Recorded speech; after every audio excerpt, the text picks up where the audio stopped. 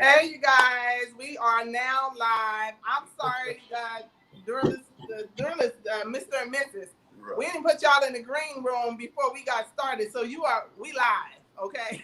Oh, She like, oh, we are officially live, so Yes. we gonna wait Welcome. and allow a few people to get in here. Look, you like, oh, wait, hold on. Did you need to do something? yeah, because that little boy over there standing up, I just need to put a pillow behind him real quick. Go ahead. We have a couple of minutes anyway, so just go ahead. We're gonna just wait for a few people to come in and join us. She's like, wait a minute. Yeah, I was supposed to put y'all in the green room before we actually went live, Okay. but unfortunately, I didn't. You're good though. You're good. So you guys come on in. Make sure that you are clicking like and share. Say something to us. Let us know that you are here. But go on and because I want to make sure that the comments are gonna pop up. Okay. Let us know that you're here. And let me see. Say something. And we're gonna give it a few minutes. Okay. We're gonna give it a few minutes before we actually get started. You need to get. Jermaine Johnson, thank you so much for joining us. Thank you guys for joining. We appreciate it. We have a very good topic tonight. I personally think our topics are all good. I don't know. Maybe it's because it's, well, no, I'm not going to say it's because it's something I created, because it's not. A lot of them God gave me, and then some were, people who sent over their suggestions, and so we rolled with them.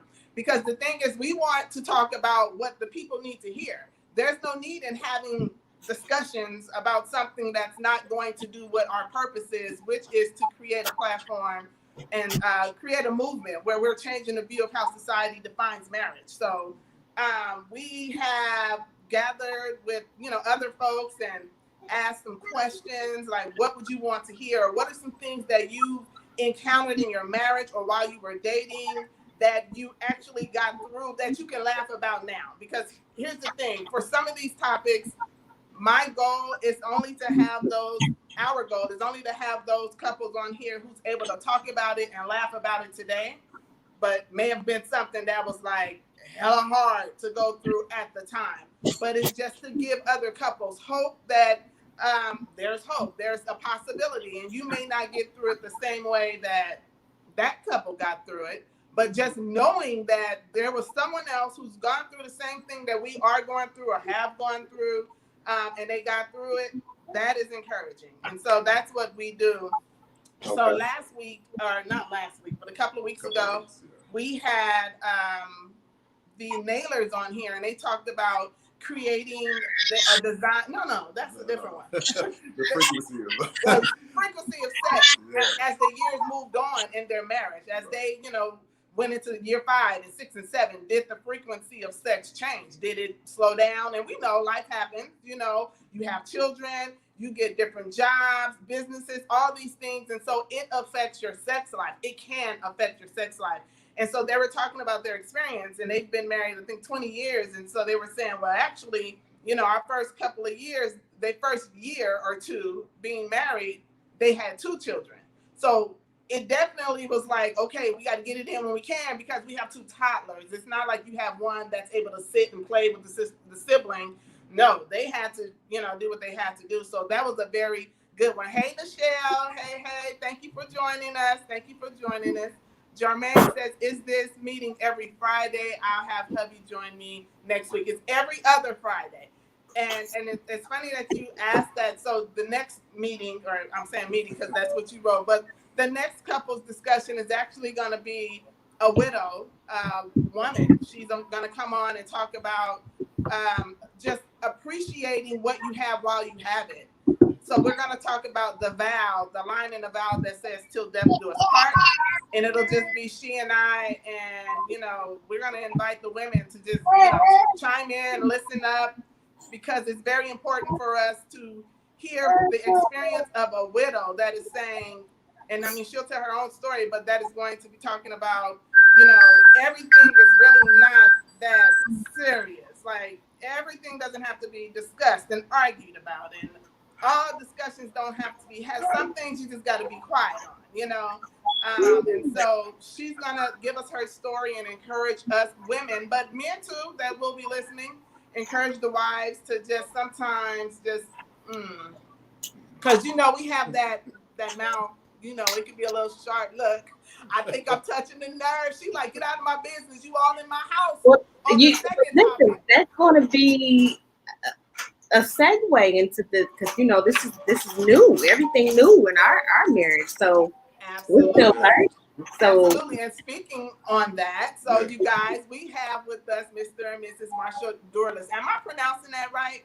Yes, Dorlus. Okay, so we have with us tonight Mr. and Mrs.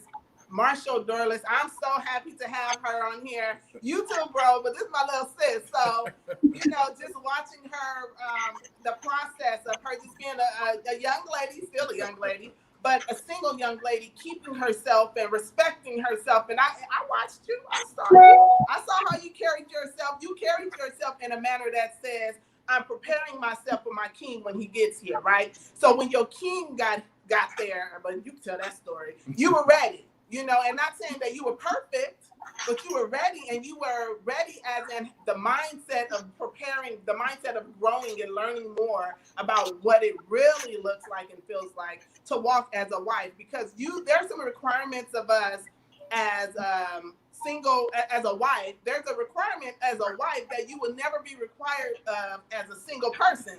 So how can I really practice that, right? And so as a believer, the only way to practice that thing is to be the wife of Christ. Yeah. Right? And so as a single woman that's dating with a purpose, you got to date God first, right? Let him teach you. So enough of me talking. Go ahead and introduce yourselves. Let us know who you are, how long you've been married, and how did you meet? Okay. You want to? You go ahead first, ladies. So, my name is Jessica. This is my husband, Marshall. And we have been married for almost 2 years. In a couple months. November, it'll be 2 years. 11/8/18. So, you asked how we met. And I always laugh when people ask that, because this was a tough one for Marshall. He hated telling people how we met because of the stigma. I think now it's accepted a little bit more, but it's a lot more acceptable. Online dating. So we met each other online, and yeah, he doesn't like telling people that. Me, I didn't care. I was like, it's the truth, you know. It's some people, because for some people, it's for some people, you know. So we met online February 28th, 2018, and we talked for a couple of weeks, and he let me know that he was coming back to California because he's from Boston. He let me know that he was coming back to California, and he wanted us to meet up and hang out. So we did a weekend of St. Patrick's Day. I remember because it was my cousin's birthday, and she came with us so that it wouldn't be as awkward. So that was kind of fun. And Marshall says that when he first saw me, he knew that I was going to be his wife. I was kind of like, wow, okay. You know, but he says that he knew. So I knew after the weekend that we hung out when he left that this was definitely different from anything that I had done before. So, you want to finish the rest? Yeah, so our relationship was mainly FaceTime. Okay. For the most part, because I was still living in Boston.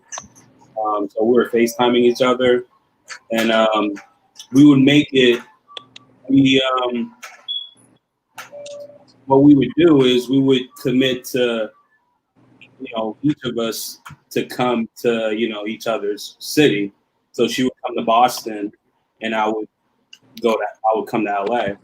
And then I decided, what was it, October to move to California. And we got married in November. So let me make sure I have the timeline right. You So had February online. Yep. You FaceTimed and began to do the back and forth, like the travel. Right. You'd come here, you'd go there, and then October you said, you know what, this is it. I am moving to California. And then November you got married. Yes. Yeah, November. So Jessica said that when she first started, explaining how you guys met, she was like, he don't really like, to talk about that part of it. But here's the thing. What it does is give other people who are dating, who are going online, for dating, it gives them hope. Like, okay, there is hope. Not every situation is scary. Not all of the stigma that comes with, what we've heard or some things that you may have heard that just weren't so cool. It's the truth, because you are a living testimony that you can find the person who God created or designed for you right there. Like, so y'all met there, and someone else met at a park, and someone else met at church. You meet in different places. It doesn't matter where you met, where you meet, to be honest with you. What matters is that you were both available to receive that this is my king. This is what I've been preparing myself for. And this is my queen. This is what I've been preparing myself for. What God has been pouring into me for. Oh, okay, now I get it. I'm sure a lot of things make sense. Like all those times I've been online, or I've never been online, and the first time I get on and bam, you know what I'm saying? And so in one of the posts that I did on Instagram about you guys, I said, Marshall and Jessica sitting in the tree, KISSING. First come love, then come marriage, then come the baby, and then come Jessica with the baby carriage, right? And then I said, and I salute you for doing it in that order, because I did it the opposite way. I just threw all of those things that I knew I wanted kids. I knew I wanted to be married, right? I knew I wanted to be in love. I just grabbed it all and threw it in the basket and said, whatever comes out first, I'm just going to stick my hand in there. Whatever comes out first is what I'm going to do. And that's because I wasn't being intentional. And so I salute the two of you for being intentional and doing it in that order, because God gets the glory, and he honors that. So he'll honor a whole lot in your marriage because of your obedience, right? So I say thank you for that. But for all of you who have joined tonight's topic, we're talking about, we got married and immediately started our family. We got married, we said I do, and then immediately got pregnant, right? And so I know many people are like, no, wait, give it some time, learn each other. You got to be a mother. You got to learn how to be a mother, a father, a wife, and a husband at the same time. That can be a little overwhelming. So Eric have some questions that actually I wanted to chime in. Marshall or Jessica, you can answer this. Was that when you guys, obviously there was that timeline that you guys explained, was children discussed? At what point did you guys discuss children prior to getting married, or was there a discussion prior to getting married? Right. Was it planned? Was it planned? Okay. We definitely talked about children, and we definitely knew that we both wanted children.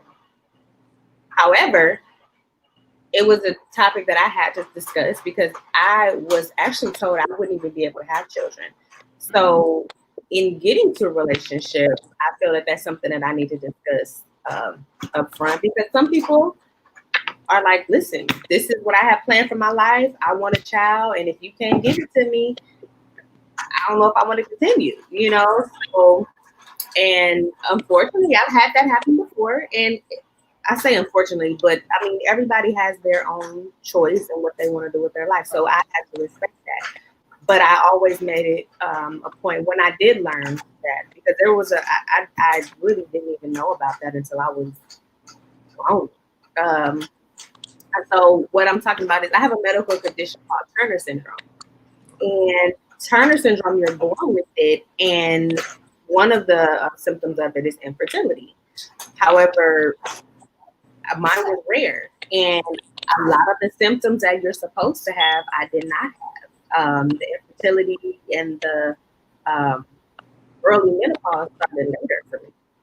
So I didn't even know about it until I was grown. So, and it was devastating for me because as a young lady, I always remember people would ask me, what do you want to do when you grow up? And it was always, I wanted to be a mother and a wife. Wow. Among other things. So it was devastating, but for some reason I knew that wasn't the final say. So I always held on to that God would give me the desires of my heart. So we had a conversation, and it's funny, he said the same thing. He said, okay, I think you're telling me that, but I don't believe that. He said, right.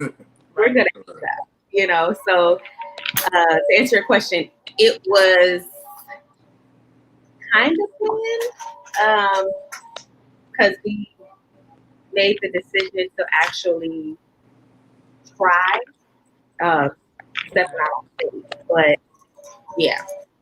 Right. Right. That's good. That's good. Because what I'm hearing you say is, oh, okay, that's what the doctor said, but the doctor didn't tell me that, right? And so we have to, even as single people, married folk, you have to be able to speak and see what you can't see, right? Even when the doctor tells you something, you have to believe something so much that it actually, for you, it's going to happen, right? And that's where faith comes in at. And that's where God's design and his order, all of that comes to play. And because you spoke it and you believed it, and not only did you speak it and believed it, your husband was right there with you, like we're in this thing together. So if we're gonna believe God for allowing us to be parents, then let's believe it. Let's go all the way. And he did it like immediately. he was on it. Suddenly, So how old is your right. Yeah. How old is your baby? He is 7 months. He'll be 8 months September 12th. So in a couple of weeks. Okay. Yeah. So literally November 8th, we got married 2018. 6 months later, I got pregnant. And I always laugh because I'm like, I was pregnant on Mother's Day and I didn't even know last year. Wow. Yeah. We found out a couple of weeks after Mother's Day. So not knowing that you were the incubator of this beautiful son you have. Yeah. So did you have a lot of support when you did tell people that you were pregnant? I could only imagine if those, especially your friends, if they knew that you had this medical condition already, to share that with them, I'm sure you had a lot of support. Or did you have folks that were like, you should wait, or? No. In fact, we got everybody saying, when y'all gonna give us the second one right now. So we have a lot of support, a lot of just like anticipation on him coming.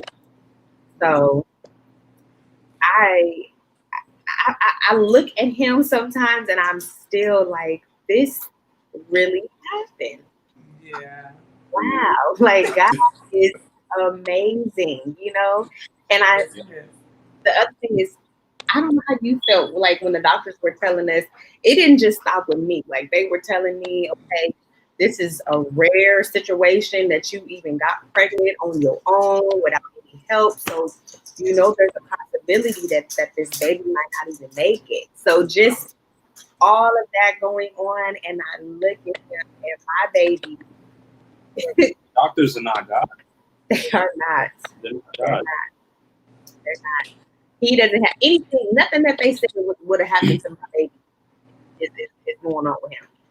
Wow. And he's actually advanced for his age, which is amazing. So I know that he's here for a purpose. I know he's here for a purpose in this earth. So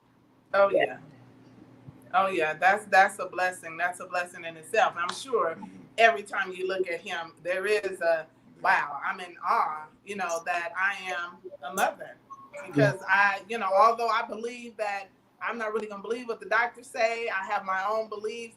There's still that little doubt, that's there when you are diagnosed with something, And so I want to say that when you all were dating and he was back and forth out here, and I would see him at church, I was like, is this right? And I asked you one day, and you were so happy. Like the joy, your face was just lit up, and I was so happy for you, and I'm just as happy for you now. So I really wanted to ask you two, within that time, and you guys have clearly explained, like, okay, this is something you both wanted, this is something you both desired for your marriage and for your family, for your future. What emotional, and if there were there any type of emotional, or I'd say just things that go, when couples go through different things, they you tend to get like, you have different feelings about, okay, where do we, do we really want to do this? Is it something we really, there's the health issues, and she can, she's like, yeah. I want to know from Marshall, were there any emotional challenges that you dealt with during that time? Not knowing what the outcome. Not knowing the outcome, exactly. Yeah, I remember her bringing up the whole possibility of not having a child to me, and for her, she was just throwing the ball in my court. Like, if I wanted to continue with this, and I believed in us, and I believed that we would have a baby. So, yeah, I was like, I want to continue this, because I really, when I saw her, I knew the first conversation that we had was our honeymoon. Was what? Well, like what the honeymoon that I envisioned for myself. Yeah. And that was the first conversation. And with me, I always believe that, it takes time when you're in a relationship. It takes time for you to really know if that person is, the one that you're supposed to be with. Because I was in a relationship prior to that, and it didn't work out because I felt like that person was moving too fast for me, and I wasn't there. Like, she was here, and I just wasn't there. And it's like when I met her, it was different. Like, I automatically knew, like, she was the one. Same pace. Y'all were at the same pace. Right. Yeah, and that happens, and so you will know that, okay, this is it. I already know that, but there's still this learning curve. There's still some things you want to find out about the individual. You want to know about their background. You want to know how they were raised. You want to know their money beliefs. You want to know how they act when they get upset, right? Because we're lovey-dovey when things are good, but how do you respond when things aren't good, right? It's just like the vow. When we talk about the vow, and we talk about all of those great things that make us happy, that remind us of why we said I do. What about those things that make you want to say I don't, right? How are you going to respond to those things? Because something in that vow that's not welcoming is going to happen. There's no way around it. And so you do need some time. I'm not saying 5, 6, 7 years. I'm not saying that. But you do need time to find out, to ask those questions, to do that interview, because it's an interview, right? I mean, and then a second interview and a third interview. Every time you get with this person, you guys go out, you hang out, it may not even be a verbal conversation, but you're learning something about that person, and either you like it or you don't. You address it though, right? And I say, if you like it, you address it. And if you don't like it, you still address it. Right. Because you want to find out where does that derive from? Where did that come from, right? And is that something that may not be something that works for us as a couple?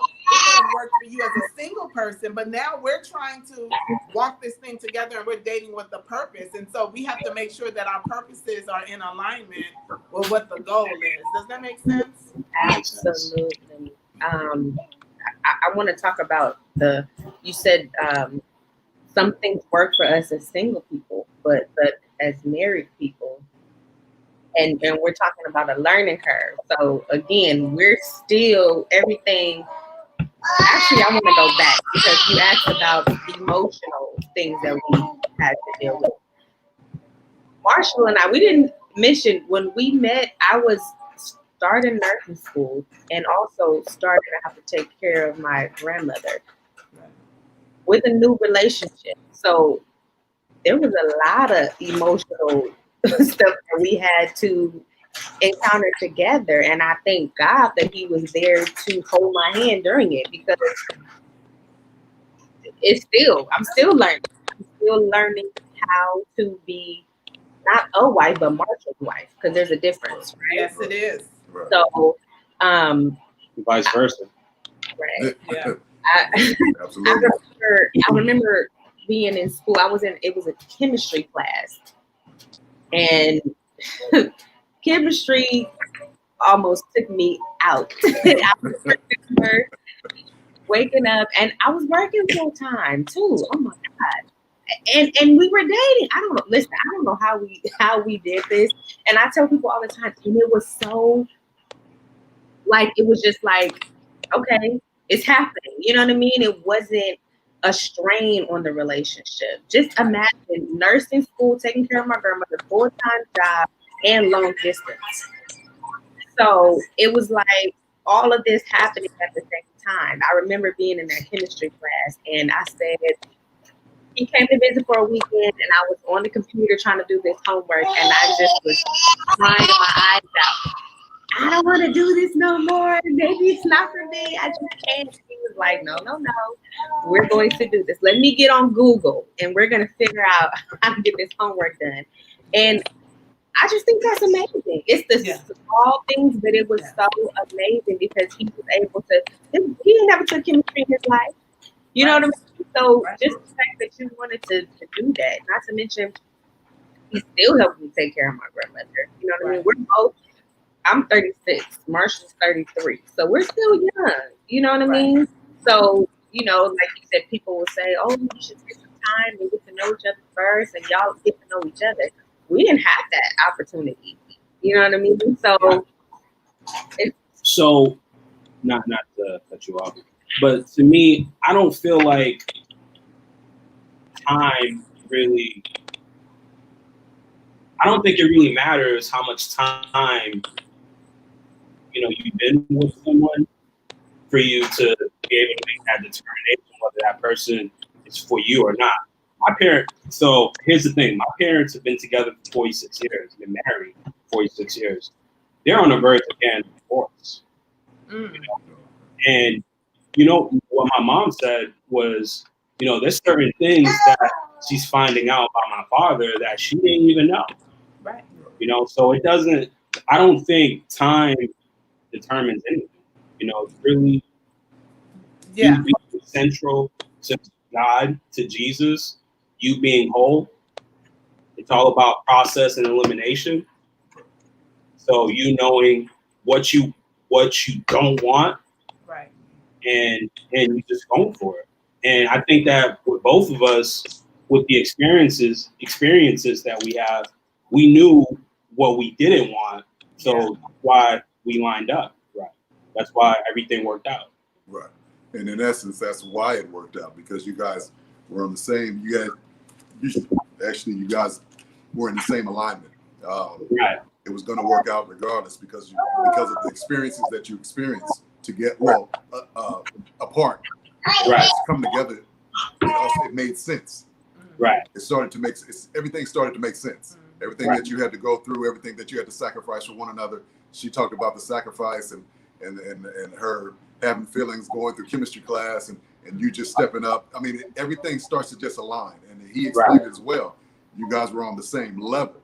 You were at the same level. You met him at his level. She met you at her level. So you guys were at that same level. So everything just aligned up, and it just worked out perfect for you. And I just applaud you for being how young you are. Right. That's something special to say. That's a lot on the plate. One thing that I always talk about is being a teacher and a student in your relationship, and so that's, to me, most important. because like you said, Marshall, time has nothing to do with, like, you don't say, okay, once you're together for 20 years, you stop learning each other, or there's nothing else to learn, right? Because I've talked to folks before where they're like, girl, I've been married 25 years. Pretty much like, so what can you tell me? What can you teach me, right? And let's just sit down and have a conversation. I guarantee you, I'm going to say something that you, not saying that you've never heard before, but you never looked at it in those, with those lenses and that perspective, right?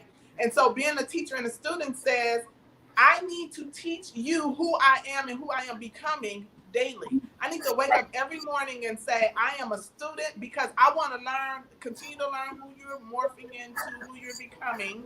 And I need to be a teacher because I need you to know who I am becoming. The person that we said I do to 5 years ago, 10 years ago, things have changed.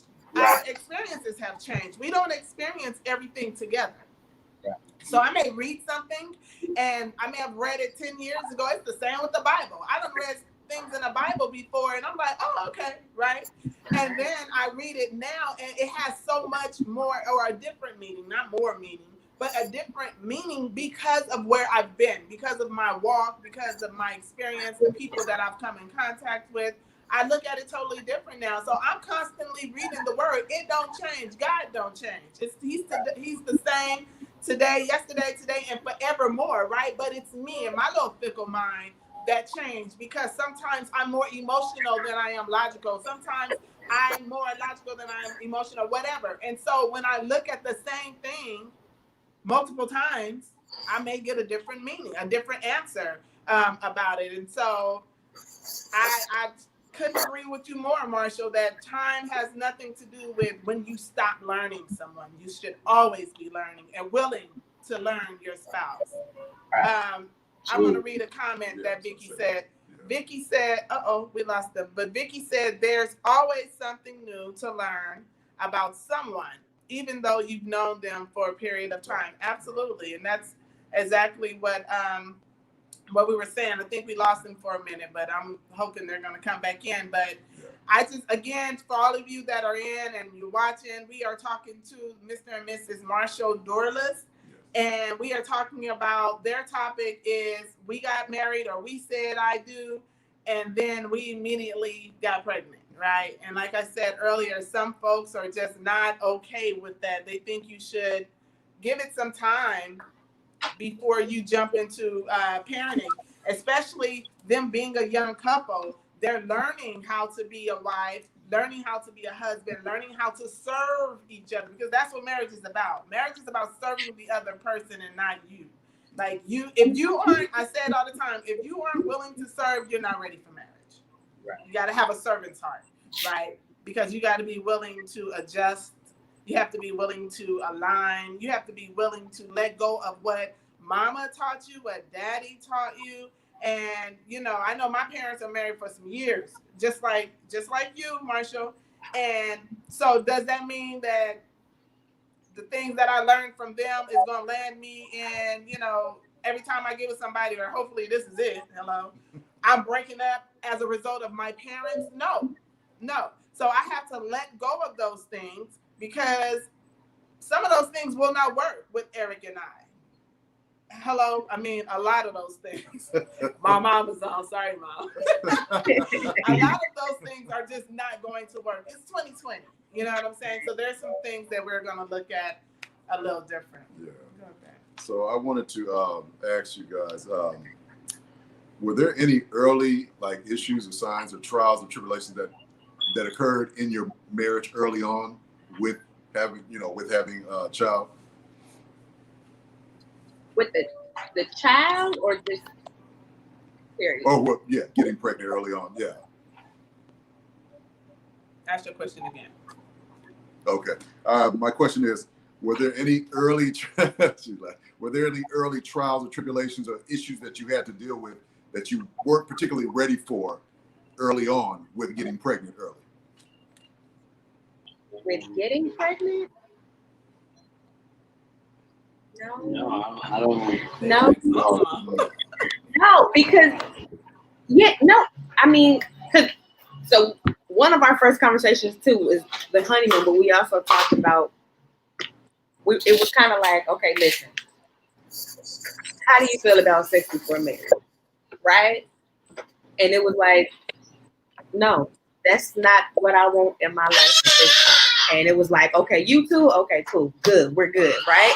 So that was just something that we both knew that we absolutely wanted to do. We wanted to wait. And I feel like,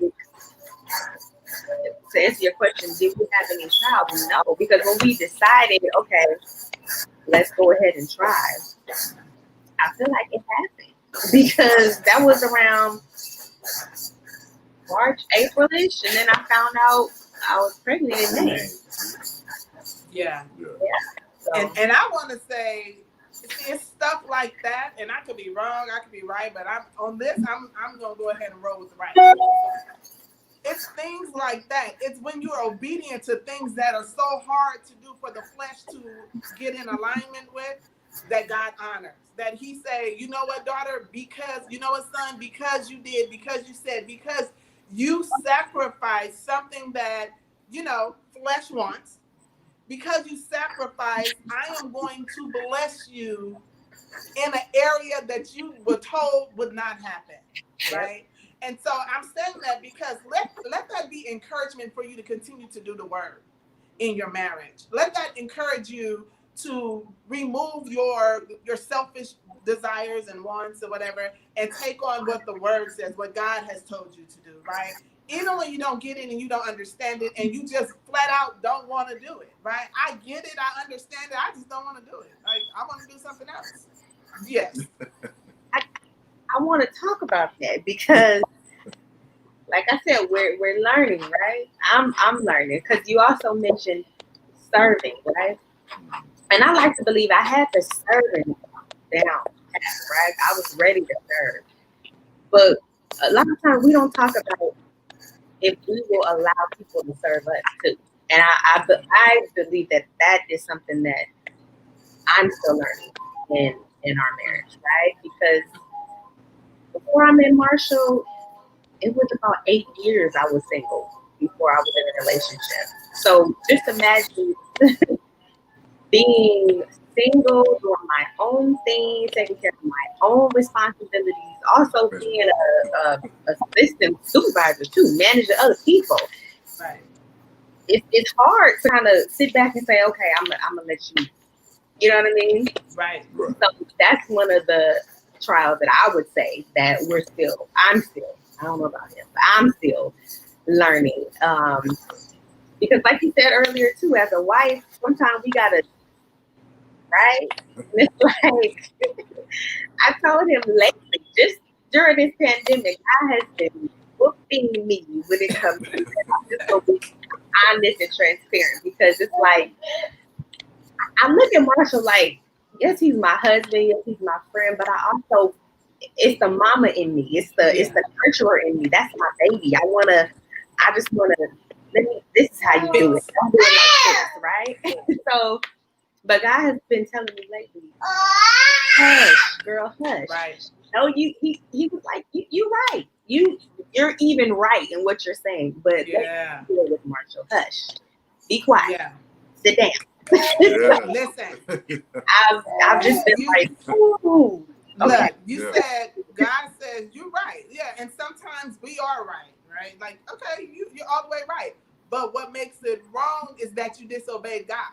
Yes. Ooh, listen. Yep. I'm right with what I said or the actions or what I'm suggesting. But God says, but there's something I'm doing in him. I'm working on him in an area, and I really don't need your help. Because as soon as we start sticking our hands in it, now God is like, now I got to he can do it all at once. But he's like, if you allow me to do it, watch how smooth it rolls over, right? I'm teaching him something in this, and now I'm teaching you something in it as well, because you aren't being obedient. And so when God tells us to be quiet or go or don't go, or you're right, but just let it be, we get whooped. We get whooped. And you're better than me because you were single for 8 years. I was married for 14 years in a marriage for in a relationship for 18 years, but still was very independent. So I get with a guy who is like hands on. Like, what are you doing? You don't have to do that. Why are you doing that, right? And my mouth, because I was so accustomed to now not even being a single woman, a married woman, but still accustomed to being very independent, right? So there are some barriers, there's some things that myself today, I'm tearing down that I have to be healed from. I learned that I was coping a lot. You know, when we first started dating, I was doing a whole bunch of coping, right? Because I thought I was healed. It wasn't I was intentionally coping. I just was dealing with it because that's what I had been doing in the previous years. I got to do it. It's got to happen. If I don't do it, it won't happen. God says, let him do it wrong. Let him do it. If he does it wrong, okay. Now there's a conversation to have. Now there's something to talk about. Now there's something to learn each other in, right? So I'm with you on that. I get it. Marshall, you quiet back there. So I'm always wrong? No. Okay. What did he say? He said, so I'm always wrong? No. No. And I noticed he has his arms crossed now. That's a defense No. mechanism. No, right you there. are not always wrong. Yeah, man. No. I'm saying for me, I'm definitely learning to like you said, God is like, I don't need your help, daughter. Let me take care of him. You know, so yeah. Absolutely. That's where the mirror window method comes to play. When we have to look in the mirror and not out the window at, our guy. Look in the mirror at me. What can I do better in this situation? How can I handle this in a different way than I handled it last week, right? Because last week when I did it a certain way, that didn't work. So let's do process of elimination, right? Let's not do that again. You may do something and it's still the wrong thing, or it's not, the best thing, I'll say that. But let's try not to repeat those things because we're so accustomed to doing things a certain way. Right. Let me see if we have any more comments. Audra, she talks about being a student and a teacher in your relationship. She said, I'm learning that. It's not always easy. It's not always easy to be a student, especially when you have that independent, that independence about yourself, especially for women. Now, men, I think they welcome it. They welcome the you teach me who you are so that I can love on that. Mm-hmm. I don't want to have to assume who I'm dating because guess what? I'm going to go off of my past experience. And you're not the woman that I dated before. You're not the woman that I was married to before. So that's not fair for me to come in with those same, beliefs and thoughts and ways of doing things just because you aren't telling me or showing me who you are. And we're not doing this together. Right. And so we want to also thank you for coming in, Essence Starks. But I want to read a comment from Michelle Hammock. She says, that's part of the submission. Submit to God so we can submit to our mates. Learning process always. Learning process. It's always a learning process. It is. Submitting to God. So marriage is the parallel relationship to Christ and the church. That's the closest relationship that we're going to see of Christ and the church is the wife and the husband. Because Christ is married to the church, right? So he's teaching the husband how to love his wife. And then he's teaching, the church should be teaching us how to honor, how to respect, how to reverence, how to submit to Christ. So when we get into this marriage, we're just transferring, faces, so to speak. But we're doing the same thing. You've learned in that process. And so when I talk about dating with the purpose, I say, but date God with the purpose first. Date yourself with the purpose first. Marshall talked about not knowing, coming into a relationship, knowing what you don't want, right? And that's a result of your experience. But sometimes you don't know what you don't know. So I don't know what I do want until you do it and I say, I like that. Or I don't think I like that, right? Now I'm learning something about me. Not I'm learning something about you. I'm learning me. So in this relationship that he and I have, I've learned more about myself. Like, oh, you don't respond very well to things like that. You need to work on that, right? Oh, you don't, your facial expression was a little off. You need to work on that, right? But that takes work. That takes time. And you can't go from doing something 18, 20 years and then all of a sudden, I mean, God can do anything. Don't get me wrong. But it's a process. And in that process, we should be learning. Right. So again, for all of you who have just come in, we want to say thank you so much for coming. Tonight we're talking to Mr. and Mrs. Dorlus about getting married, saying I do, and then immediately getting pregnant. And they were happy with the choice that they made. Because of her medical condition, she was told that she would never have any kids. And so it was a blessing. It is a blessing in itself. They have a big old, thick, healthy 7-month-year-old that is very active. And so I could imagine that with being told you would never have a child. Now we're supposed to honor those gifts that God give us. But when you're told that you would never have that gift, it hits you a little different, right? I'm asking, I'm sure it hits you a little different. So I wake up and see my baby and I'm like, oh, hey, babe, I kiss her and all those things, right? But nobody ever told me that was just not in my deck of cards. Someone told you that. Yeah. And so that in itself will have you in straight worship mode for the rest of your life. That in itself, And so tell me, what is that feeling? Like, what is that feeling being a mother and being told that you would never be a mother? And Marshall being a father and being told that she was told that she'd never be a mother. Being a mother is,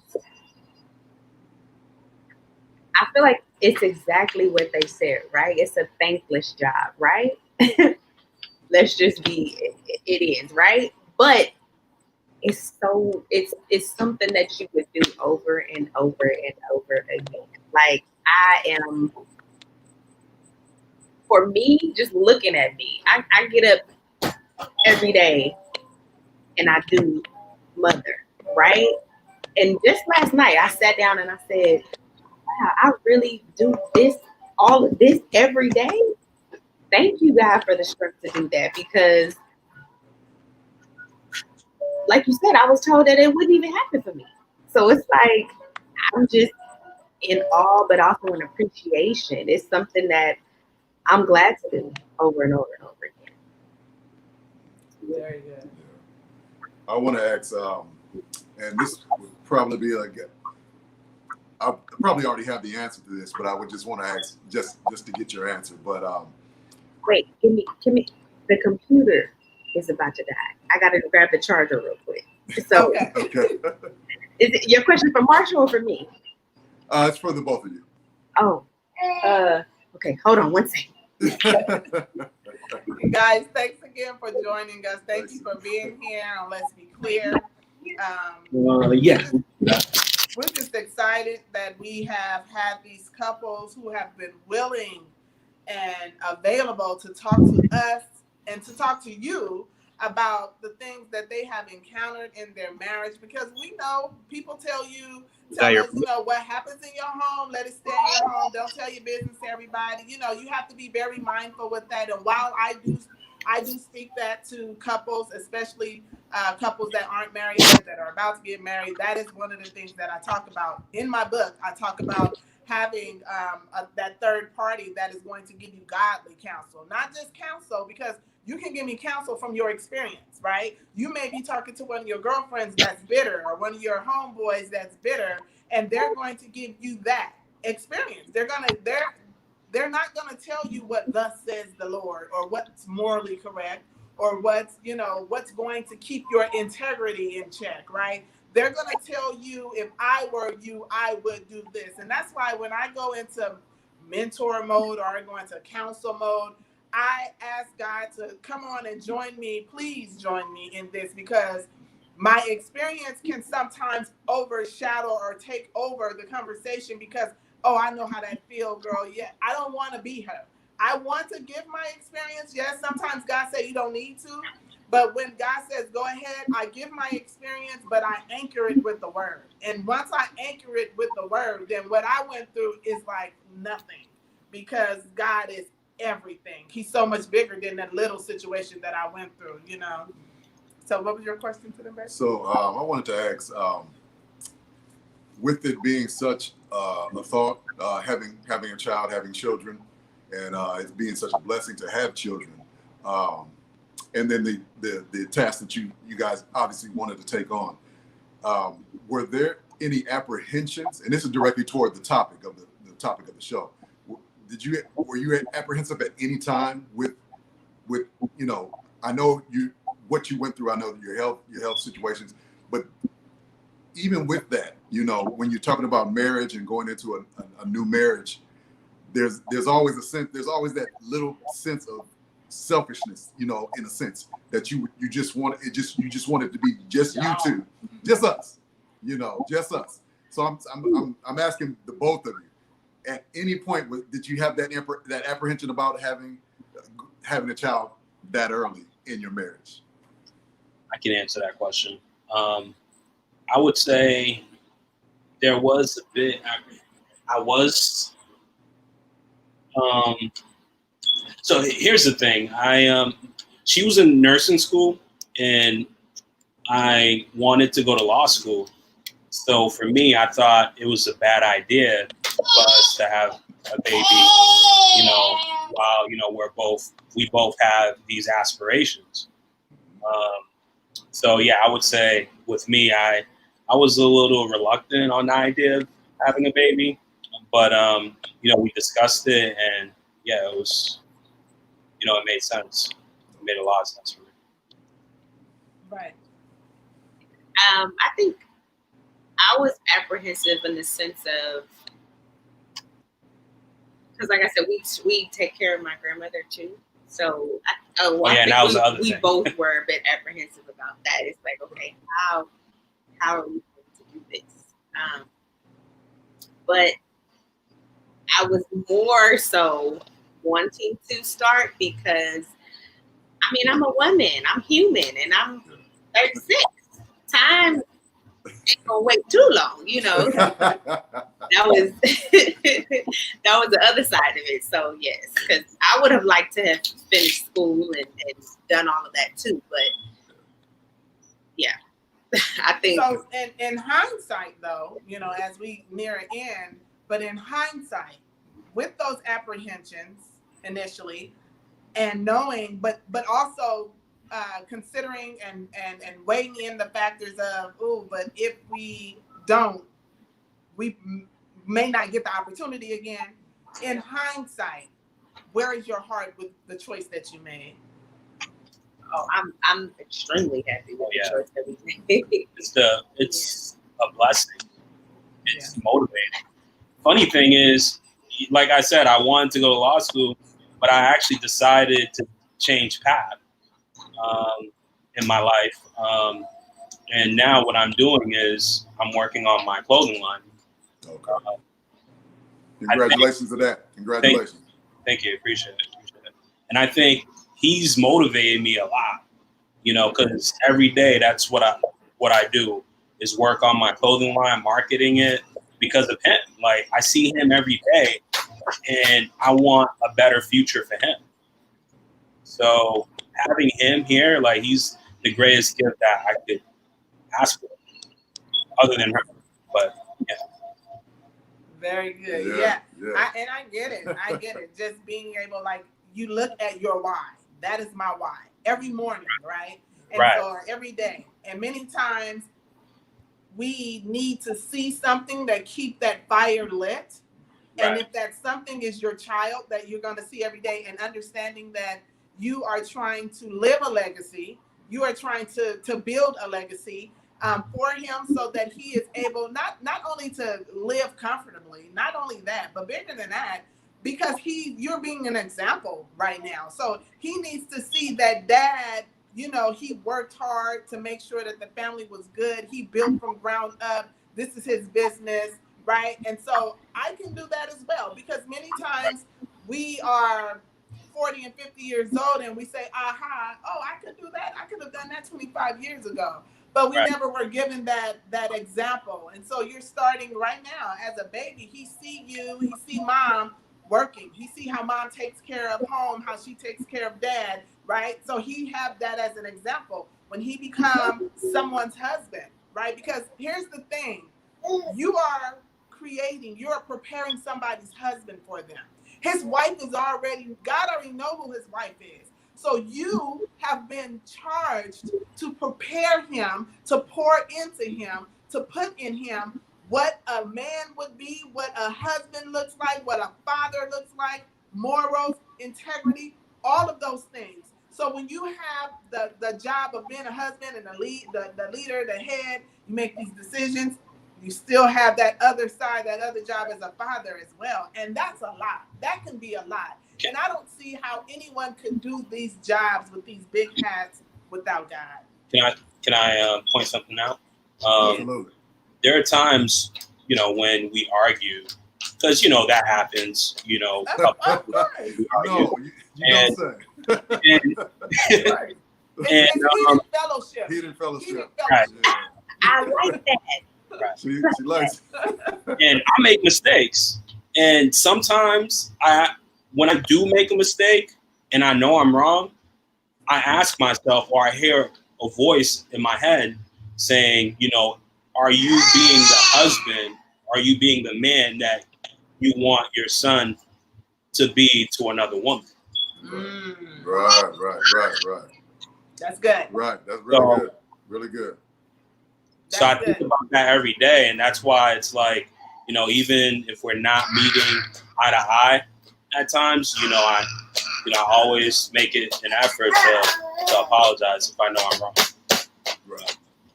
That's very good.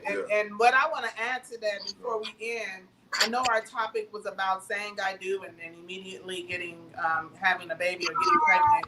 But because you just said that, I feel like it's very important to say that what we should be doing is speaking to the person that God created him or her to be, and not what we see. Because what I see may not always deserve for me to speak, in a calm manner or speak love to him or her because of something that they're doing. But if I am speaking to the man or to the woman that God created, where I'm coming from is always going to be love. My correction is a correction of love, right? Not a correction of, oh my God, here you go again. Not that type of correction, because God corrects us as well, right? And then once we get back into his good grace, there's still things we have to show and prove to him that we're serious about this thing, and I didn't just fix it so that you aren't mad at me anymore. And we do that in marriage. We do that in marriage where we just fix it just enough so that we're back on the good, on the good side, or let me go ahead and let me have sex with him so that he can shut up, or so she could shut up, or whatever. So that is something that I wanted to leave us with. I know we lost them again. I don't know if her phone died, but that is something that I wanted to leave the viewers with, and also the couple with, is just to make sure that's your takeaway. Make sure that you are speaking to the man that God created. And if you're not a believer, speak to the person that you said I do to, right? Because the person that you said I do to is the person you fell in love with, is the person that you saw all of these amazing things about. Press recall on those things and speak to that person. And then move on and talk to God about those other things that you just aren't feeling, right? So if you're not a believer, that's fine. I'm not saying that I'm not saying that you can't walk this walk, because the principle is the principle. So I'll say this: speak to the person that you said I do to. When you were at that altar, when you were saying, "Gosh, I really love her," till death do us part. All of those things, that's the person that I suggest that you speak to, instead of the person that you see, those things that they're doing that may not rub you the right way. So is there anything that you all wanted to leave the viewers with as it relates to the topic, or anything, and just anything? Is there something that you want to encourage us with?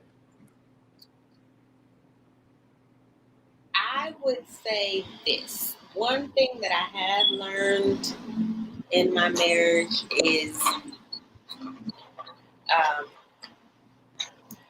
marriage is between the person get married, right? So with this topic, naysayers, right? We have a lot of those. And a lot of times it's family.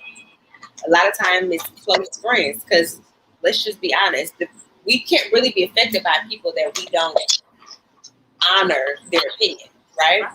So a lot of times it's people that we're close to. But a marriage is not for those people. It's you know, it's a covenant between you and that person, and also with God. So I would just say to encourage you, the decisions that you and your spouse make, let those be those. You know, other people's opinions. It's not that you just can't listen to anybody else, like, or just listen to anybody else, because we do have to seek wise counsel. But I believe, right, where you're seeking that counsel, right? Because it doesn't make sense for you to get counsel from someone who's not even married, Right. You know, because they can't really give you any advice or experiences. Right. And even married couples, right? Because what works for my marriage doesn't always work for your marriage. Right. You know, so I would just say, you, God, and Him. Marshall and I have created a war room, right? And I'm gonna be honest, that, what was it, like the week leading up to, it was like all kind of stuff just kept coming up, and we're like, what is going on here? And he was definitely busy because he didn't want that. And when I tell you, we go in there and call head and down everything that I want. We do exactly, you know, write it down, put it on the wall, and talk to God about it. And since I've been doing that, like I said, he's been whooping me. He's been showing me. And I'm grateful for it because, like you said, there's things, being a student and a teacher, we're learning how to teach somebody who you are, right? So I would suggest going to God with your spouse, and you and God and your spouse decide what it is you want for this marriage. Absolutely. That's great advice. Great advice. Very good. I would say to not go into a relationship with high expectations, like that, you know, maybe, you know, there's things that you see in a person that maybe I can change that. Maybe I can change that. Maybe I can help that person in that area, in that department, because, you know, only that person can change that behavior. You know, you can't do that. You can't expect the person to change over time. Right. You know? So I would say not to go into something expecting for it to just magically change, you know, because it just doesn't happen. You know, like you might get into it and you start to pick up on different things, and it's like, you know, this is not for me, you know. So I would say, yeah, like definitely not get into a relationship with high expectations, thinking that, you know, you can change someone, you know, because that's when problems, you know, that's when problems start. And you know what? And that's not to say don't have any expectations. No, absolutely not. Yeah, you have to have some expectations, right? But I get what you're saying. You can't have these. First of all, many times when we have these high expectations, we aren't doing that thing that we're expecting someone else to do. I want him to do it so that it'll help me do it, right? Like that's a little off, right? And so what I would add to that is make sure that you're healed before you get into a relationship. And I say that from experience, you know, your brokenness will be attracted to something, but your healed person may not necessarily agree with it, right? So if you're in the middle of your relationship and you get healed, and now you're looking like, oh, wait a minute, I see that, but that's been there. And so that's dangerous. That's a very dangerous place to be in. And now you're doing more work, right, to try and get that thing together or realign it or whatever. So that would be one of the things that I said, you guys, your message was great, especially coming from a young couple. I love the war room. I love that. I watched the movie. I know it worked. Prayer works. Prayer changes things. It changes all things, right? But your mindset have to be right there as well. You can't go into this war room saying, I'm just going to, I guess, let me just do this. What's your attitude with it, right? Right. So, yeah, that war room will come in handy. Yeah, wherever the room may be. Your car, the bathroom.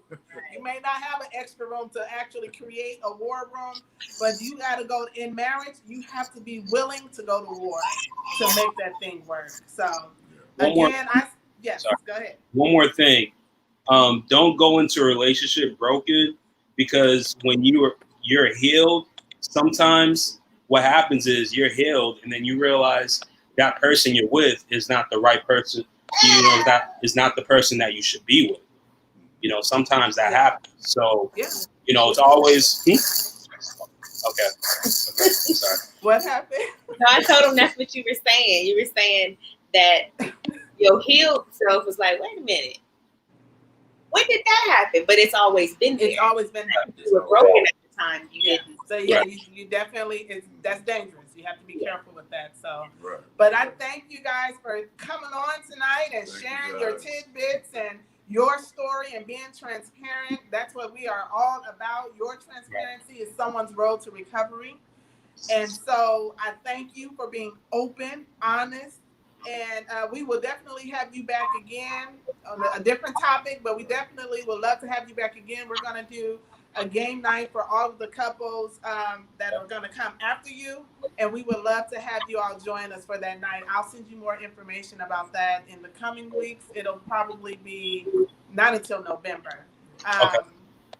But I would love to have you all. Hope it would be great if we would be able to come together and not do it on here. But unfortunately, right now, that's what it's looking like. And you know what? Amen. That, I'm rolling with the punches, because it can't happen unless God has given it permission. Exactly. Whether he brought it or not, I don't care how it got here. He gave it permission. Nothing can happen without his permission. And so because of that, to God be the glory. To God be the glory. Thank you again for sharing. Thank you for coming on. Give the baby a kiss and hug for me. Thank you for having us. We appreciate it. Absolutely. Is she getting the baby? Yeah, so y'all can see all this. Hello, man. So you are the reason why we are on here today. Say bye to the people, Look at the camera. Look at the camera. He's the motivation. Hello. Thank you. All right. So yes, once again, you guys, thank you so much. We love you. If there's anything that we can do here and make it rise, let's be clear. Please do not hesitate to reach out to us. We would love to continue to stay connected with you. We would love to support your business. Please send me the link, or how can I follow you? What do I need to do? How can I pour into your business? I would love to bless you. And so, Jessica, make sure that I get that information. Okay. I'll send you mine. I'm starting a daycare too. Say that again? I'm starting my daycare. I did see that. Good. I did see that. Put that information in as well, right? Yes. Because I support all things us. Yes. And not us as in us, but the couples, like the marriages, I support it. And even if you're single. And I think, and you always say that it's not just about the platform that we're on, but it's also about supporting one another. Yes. So we have to support. Yeah. So absolutely, send those links. Send that link, definitely, Jessica. So we can definitely support you and support the business and the clothing line, Marshall. All right, and the clothing line, man. Let me know about that. Okay, I will. Okay. You have stuff for the real big tall ones? He does, actually. I do. Okay. I got stuff for everybody. We're working on stuff. I told him, make sure you do the plus size. Working on that. Yeah, I have my website too, so I'll send you that. Appreciate it. Awesome. Thank you so much. Thank you, viewers, for joining us. We love you guys, and we'll see you. Love you too. Okay, man. All right. We'll see you in 2 weeks. Good night. All right. Bye. Bye.